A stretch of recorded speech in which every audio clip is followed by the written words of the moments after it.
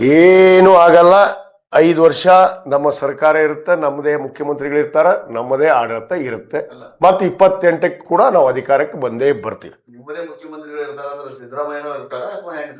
ನೋಡ್ರಿ, ಅದನ್ನ ಚಿಂತನೆ ಮಾಡೋರು, ಅದನ್ನ ನಿರ್ಣಯ ಮಾಡುವಂತ ಅಧಿಕಾರ ಹಕ್ಕು ಇರೋದು ನಮ್ಮ ವರಿಷ್ಠರಿಗೆ, ಸನ್ಮಾನ್ಯ ರಾಹುಲ್ ಗಾಂಧಿ ಅವರಿಗೆ ಮತ್ತು ನಮ್ಮ ಕರ್ನಾಟಕ ಇದು AICC ಅಧ್ಯಕ್ಷ ಆದಂತ ಮಲ್ಲಿಕಾರ್ಜುನ್ ಖರ್ಗೆ ಸಾಹೇಬರು, ಸೋನಿಯಾ ಮೇಡಮ್ ಅವರು ಇದ್ದಾರೆ, ನಿರ್ಧಾರ ಮಾಡ್ತಾರೆ. ಅಲ್ಲ 5 ವರ್ಷ ನಮ್ಮ ಸರ್ಕಾರದಿಂದ 5 ವರ್ಷ ನಮ್ಮದೇ ಸಿಎಂ ಇರ್ತಾರ ಅಂತ ಹೇಳಿದ್ರೆ ಆದ್ರೆ ಯಾರು ಕೂಡ ಸಿದ್ದರಾಮಯ್ಯನಾಗ್ಲಿ DKಶಿ ಅವರ ಹೆಸರು ನೋಡ್ರಿ, ನಮಗ ಒಂದು ನಿರ್ದೇಶನ ಇದೆ, ಮಾಧ್ಯಮದಲ್ಲಿ ಮಾತಾಡಬಾರ್ದು ಅಂತೇಳಿ.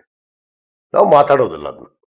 ಅದನ್ನ ನಮ್ಮ ಮನೆಯ ವಿಚಾರ, ನಮ್ಮ ಮನೆ ಆಂತರಿಕ ವಿಚಾರ, ಅದನ್ನ ನಮ್ಮ ಮನೆಯಲ್ಲಿ ಡಿಸೈಡ್ ಮಾಡ್ಕೋತೀವಿ. ಅದನ್ನ ಬಹಿರಂಗ ಪಡಿಸುವಂತದ್ರಲ್ಲಿ ಅರ್ಥ ಏನಿದೆ?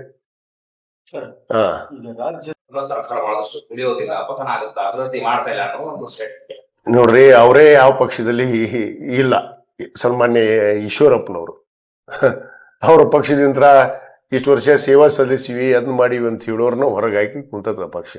ಇವ್ರ ಪಕ್ಷ ಯಾವುದು ಅಂತ ಈ ನಮ್ಮ ಪಕ್ಷದ ಬಗ್ಗೆ ಮಾತಾಡಕ್ಕೆ ಇವ್ರಿಗೆ ಹಕ್ಕಿದೆ? ನಮ್ಮ ಪಕ್ಷದ ನಿರ್ಣಯಗಳು ನಾವು ಆಂತರಿಕವಾಗಿ ನಮ್ಮ ವರಿಷ್ಠರಿದ್ದಾರೆ, ಮಲ್ಲಿಕಾರ್ಜುನ್ ಖರ್ಗೆ ಸಾಹೇಬ್ರಿದ್ದಾರೆ, ಸೋನಿಯಾ ಗಾಂಧಿ ಅವರು ಇದ್ದಾರೆ, ರಾಹುಲ್ ಗಾಂಧಿ ಅವರು ಇದ್ದಾರೆ, ನಿರ್ಧಾರ ಮಾಡ್ತಾರೆ. ಇವ್ರಿಗೆ ಯಾಕೆ ನಮ್ಮ ಪಕ್ಷದ ನಮ್ಮ ಮನೆತನ ಚಿಂತೆನೆ? ಇವ್ರ ಮನೆಯಾಗ ಏನ್ ನಡೆದೈತಿ ನೋಡ್ರಿ, ಇವ್ರ ತಾಟ್ನಾಗ ಹ್ಯಾಗನ ಬಿದ್ದೈತಿ, ಮಂದಿ ತಾಟ್ನ ನೋಡಾಕೊಂಡ್ರ ಇವ್ರು. ಇದು ಎಷ್ಟು ಸರಿ? ಇವ್ರದ್ದು ಏನೈತಿ, ಇವ್ರ ಪಕ್ಷದ ವ್ಯವಸ್ಥೆ ಈ ರಾಜ್ಯದಲ್ಲಿ ಏನ್ ಮಾಡಿದ್ರು? ಹಿಂದೆ 18ರಿಂದ 23ವರೆಗೆ ಈ ರಾಜ್ಯದಲ್ಲಿ ಏನು ಕೊಟ್ರು? ಯಾವ ಬೆಂಬಲ ಬೆಲೆ ಕೊಟ್ರ? ಒಬ್ಬ ರೈತರಿಗಾದ್ರು ಕಬ್ಬಲ ಬೆಂಬಲ ಬೆಲೆ ಕೊಟ್ರ? ಇವ್ರದೇ ಕೇಂದ್ರ ಸರ್ಕಾರ, ಇವ್ರದೇ ರಾಜ್ಯ ಸರ್ಕಾರ, ಡಬಲ್ ಇಂಜನ್. ಎಲ್ಲೈತಿ ಡಬಲ್ ಇಂಜನ್? ಡಬಲ್ ಇಂಜನ್ ಏನ್ ಮಾಡಿತು? ಯಾಕೆ 136 ಜನನ್ನ ನಿಶ್ಚಲ ಬಹುಮತ ಕೊಟ್ಟು ಇವತ್ತು ಕಾಂಗ್ರೆಸ್ ಪಕ್ಷವನ್ನು ಗೆಲ್ಲಿಸಿದ್ರು ಈ ರಾಜ್ಯದ ಜನತೆ? ಇದು ಅರ್ಥ ಮಾಡ್ಕೋಬೇಕು. ಸುಮ್ಮನೆ ಅವ್ರ ಪಕ್ಷದಾಗೆ ಇಲ್ಲ ಈಶ್ವರಪ್ಪ. ಇವ್ರು BJP ಅವ್ರ ಮಾತಾಡ್ತಿರ DK ಮುಖ್ಯಮಂತ್ರಿ ಆಗಲ್ಲ, ಇವ್ರು ಮುಖ್ಯಮಂತ್ರಿ ಆಗ್ತಾರೆ. ಯಾಕೆ ಬೇಕ್ರಿ? ನಮ್ಮನೆ ವಿಚಾರ, ನಮ್ಮನೆ ಚಿಂತೆ ಮಾಡಕ್ ನಾವು ಅದೀವಿ, ಇಲ್ಲಿ ಪಕ್ಷದವ್ರು ಅದೀವಿ, ನಮ್ಮ ವರಿಷ್ಠರಿದ್ದಾರೆ, ಚಿಂತನೆ ಮಾಡಿ ಅದನ್ನ ಏನು ಸರಿಪಡಿಸ್ಬೇಕು ಮಾಡ್ತಾರೆ. ಇವರು ಊಟಕ್ಕೆ ಹೋದ ತಕ್ಷಣ ಹೊಟ್ಟೆ ಕಿಚ್ಕೊಡೋದು, ಒಂದಾಗ್ಬಿಟ್ರೆ ಹೊಟ್ಟೆ ಕಿಚ್ಕೊಡೋದು, ಇದನ್ನ ಹಚ್ಚುವಂತ ಕೆಲಸ ಮಾಡ್ತಾ ಇರೋದೇ ಭಾರತೀಯ ಜನತಾ ಪಕ್ಷದವರು. ಇವರು ಇದನ್ನ ಜಗಳ ಹಚ್ಚಿ ಮೋಸ್ ನೋಡ್ಬೇಕು ಅಂತ ಕಾಯ್ತಾ ಇದ್ದಾರೆ. ಅವ್ರಿಗೆ ನಾ ಒಂದು ಮಾತನ್ನು ಹೇಳಕ್ಕೆ ಇಚ್ಛೆ ಪಡ್ತೇನೆ, ನೀವು 28 ಅಲ್ಲ 33ವರೆಗೂ ಈ ರಾಜ್ಯದಲ್ಲಿ ಯಾವುದೇ ಕಾರಣಕ್ಕೆ ಭಾರತೀಯ ಜನತಾ ಪಕ್ಷ ಈ ರಾಜ್ಯದಲ್ಲಿ ಅಧಿಕಾರಕ್ಕೆ ಬರೋದಿಲ್ಲ. ಇಲ್ಲಿ ಜನ ಸರ್ವ ಜನಾಂಗದ ಶಾಂತಿಯ ತೋಟ ಅಂತ ನಡೆದಂತ ಜನ.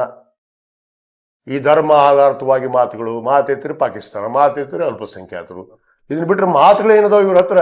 ಅಭಿವೃದ್ಧಿ ಏನ್ ಮಾಡ್ತಾ ಇದಾರೆ ಕೇಂದ್ರ ಸರ್ಕಾರದವರು ಅನ್ನೋದನ್ನ ಸ್ಪಷ್ಟಪಡಿಸ್ಲಿ. ಇವ್ರ ತಾಕತ್ತು ದಮ್ಮಿದ್ರೆ ಹೋಗ್ಲಿಲ್ಲ. ಇಷ್ಟು ಜನ ಸಂಸದರು ಗೆಲ್ಸಿದ್ರಲ್ಲ ನಮ್ಮ ರಾಜ್ಯದಿಂದ ಜನ, ಈ ಸಂಸದರು ಏನು ಹೋಗಿ ಡೆಲ್ಲಿಗೆ ಹೋಗಿ ಪಾರ್ಲಿಮೆಂಟ್ ನಡೆದಿಲ್ಲ, ಒಬ್ಬನವ್ರು ಪ್ರಶ್ನೆ ಹಾಕಿ ಈ ರಾಜ್ಯದಲ್ಲಿ ಕಬ್ಬು ಬೆಳೆಗಾರರು ಮೆಕ್ಕೆ ಬೆಳೆಗಾರರಿಗೆ ತೊಂದರೆ ಆಗಿದೆ, ಅದಕ್ಕೆ FRP ಫಿಕ್ಸ್ ಮಾಡಿ ಅನುದಾನ ಬಿಡುಗಡೆ ಮಾಡ್ರಿ ಅಂತ ಹೇಳ್ರಿ. ನಮ್ಗೆ ಕೊಡಬೇಕಾಗಿರೋ GST ದುಡ್ಡನ್ನು ಕೊಡ್ಲಿ, ನಮಗೆ ಎಷ್ಟು ಪಾಲು ಸೇರ್ಬೇಕಾಗಿದೆ ಕರ್ನಾಟಕ ರಾಜ್ಯ ಸರ್ಕಾರಕ್ಕೆ ಆ ಅನುದಾನವನ್ನು ಕೊಡುವಂತ ಕೆಲಸ ಮಾಡಲಿ ಪ್ರಧಾನಿಗಳು. ಯಾಕೆ ಮಾಡ್ತಾ ಇಲ್ಲ? ಇದು ತೋರಿಸ್ತಾ ಇರುವಂತ ಅವ್ರಿಗೆ ಹೊಟ್ಟೆ ಕಿಚ್ಚು. ಸರ್ಕಾರ ಇಷ್ಟೊಂದು ಯಶಸ್ವಿಯಾಗಿ ಒಳ್ಳೆಯ ಆಡಳಿತವನ್ನು ಕೊಡ್ತಲ್ಲ 2.5 ವರ್ಷಗಳ ಕಾಲ ಅಂತ ತಿಳ್ಕೊಳಕ್ಕಾಗಲ್ಲ. ಸಿದ್ದರಾಮಯ್ಯವ್ರ ಮೇಲೆ ಬೀಳೋದು, ಅದನ್ನ DK ಅವ್ರಿಗೆ ಹಚ್ಚೋದು, ಹಚ್ಚಿ ಒಟ್ಟು ಜಗಳ ಮಾಡಿ ಏನಾರ ಮಾಡಿ ಇಬ್ಬರಿಗೂ ಜಗಳ ಹಚ್ಚಿ ಮೋಸ ನೋಡ್ಬೇಕಂತ ಕುಂತಾರ. ಅದೆಂದೊಂದು ಸಾಧ್ಯ ಇಲ್ಲ.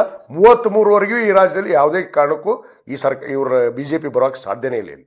ಜಾಲನ ಐತಿ ದೇಶದಾಗ, ಇವತ್ತಲ್ಲ ಸ್ವಾತಂತ್ರ್ಯ ಪೂರ್ವದಲ್ಲಿ ಇತ್ತು, ಇವತ್ತುವರೆಗೂ ಐತಿ ಜೀವಂತ. ಏನು ಈ RSS, ಈ ಹಿಂದುತ್ವ, ಈ ಸನಾತನ ಧರ್ಮ, ಮನುಸ್ಮೃತಿ, ಇವೆಲ್ಲ ಒಂದು ದೊಡ್ಡ ಜಾಲ ಇದೆ.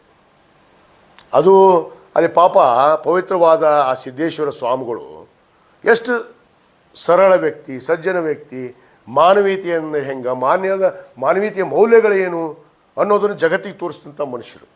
ಅಂಥ ಒಂದು ಪವಿತ್ರವಾದ ಜಾಗಕ್ಕೆ ಹೋಗಿ ಇಂಥ ಯಾವುದೋ ಒಂದು ಬೀದಿಯಲ್ಲಿ ಹೋದ್ರುವಂಥ ನಾಯಿನ ಕುಂದ್ರಿಸಿದ್ರೆ ಏನಾಗತ್ತೆ ರೀ? ಅದೇನು ಹೇಳ್ತಾರಲ್ಲ, ಎದರ ಮೇಲೆ ಏನೋ ಒಯ್ದು ಕುಂದ್ರಿಸಿದ್ರೆ ಏನೋ ಮಾಡಿತ್ತಂತದ್ದು. ಹಂಗಿದು ಅಂಥದ್ದು ಒಯ್ದು ಇದು ಕುಂದ್ರಿಸ್ಯಾರ. ಇದು ವ್ಯವಸ್ಥಿತವಾಗಿ ಪ್ಲ್ಯಾನ್ ಐತಿ. ಪಾಪ ಅಷ್ಟೊಂದು ದೊಡ್ಡ ಸಂಸ್ಥೆ ಕಟ್ಟ್ಯಾರ, ಅವರೆಲ್ಲ ತ್ಯಾಗ ಮಾಡಿ, ಪಾಪ ಸರ್ವಸ್ವವನ್ನೇ ತ್ಯಾಗ ಮಾಡಿದವರು. ಅಂಥ ಒಂದು ಪವಿತ್ರವಾದ ಕ್ಷೇತ್ರಕ್ಕೆ ಹೋಗಿ ಈ ಪುಣ್ಯಾತ್ಮನ ಕುಂದಿರಿಸಿ, ಈ ಪುಣ್ಯಾತ್ಮ ಅದ್ರ ಮ್ಯಾಗೆ ಏನು ಮಾಡ್ತಾ ಇದ್ದಾನೆ?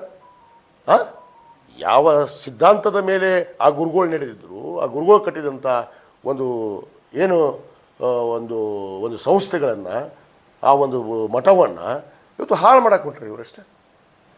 ಹಾಳು ಮಾಡುವಂಥ ಉದ್ದೇಶ ಅಲ್ಲೇ ಅದರಲ್ಲ ಇನ್ನೊಬ್ಬ ಅಲ್ಲೇ ಮಗ್ಲ ಹಾಳು ಮಾಡೋಕೆ ಹಚ್ತವನು ಅವನ ಮತ್ತಾರು ಏನು ಹಾಳು ಮಾಡಿದ್ರು ಏನು ಹಾಳಾಗೋದಿಲ್ಲ ರೀ. ಜನ ಪ್ರಜ್ಞಾವಂತರದಾರ, ವಿಶಾಲವಾಗಿದೆ ಜಗತ್ತು, ಜಗತ್ತಿನ ಅರ್ಥ ಮಾಡ್ಕೊಂಡ್ರ ಪವಿತ್ರವಾದ ಸಂವಿಧಾನದ ಅಡಿಯಲ್ಲಿ ನಾವು ನಡೀತಾ ಇದ್ದೀವಿ. ಬಾಬಾ ಸಾಹೇಬ್ ಅಂಬೇಡ್ಕರ್ ಕೊಟ್ಟಿರುವಂಥ ಸಂವಿಧಾನದ ಅಡಿಯಲ್ಲಿ ಸಮಾನತೆಯಲ್ಲಿ ನಾವೆಲ್ಲರೂ ಒಂದು ಅನ್ನೋ ಭಾವನೆ ಇಟ್ಕೊಂಡು ನಾವು ನಡೀತಾ ಇದ್ದೀವಿ. ಸರ್ವ ಜನಾಂಗದ ಶಾಂತಿಯ ತೋಟ ಅಂತ ನಾವು ನಡೀತಾ ಇದ್ದೀವಿ. ಇವರು ಬರೇ ಸನಾತನ ಧರ್ಮ, ಗುಲಾಮಗಿರಿ, ಬರೇ ಮಾತೆತ್ತಿರ ಇವರು ಯಾವ ದೇಶದಾಗ ಹುಟ್ಟಾರ? ಈ ದೇಶನ ಬಿಟ್ಟು ಹೋಗಂತಿರ ಹಾಳಾಗತ್ತಾಗ. ಬೇಡ ಅಂದ್ರೆ ಈ ದೇಶ ಬಿಟ್ಟು ಹೋಗ್ಬೇಕತ್ತಾಗ.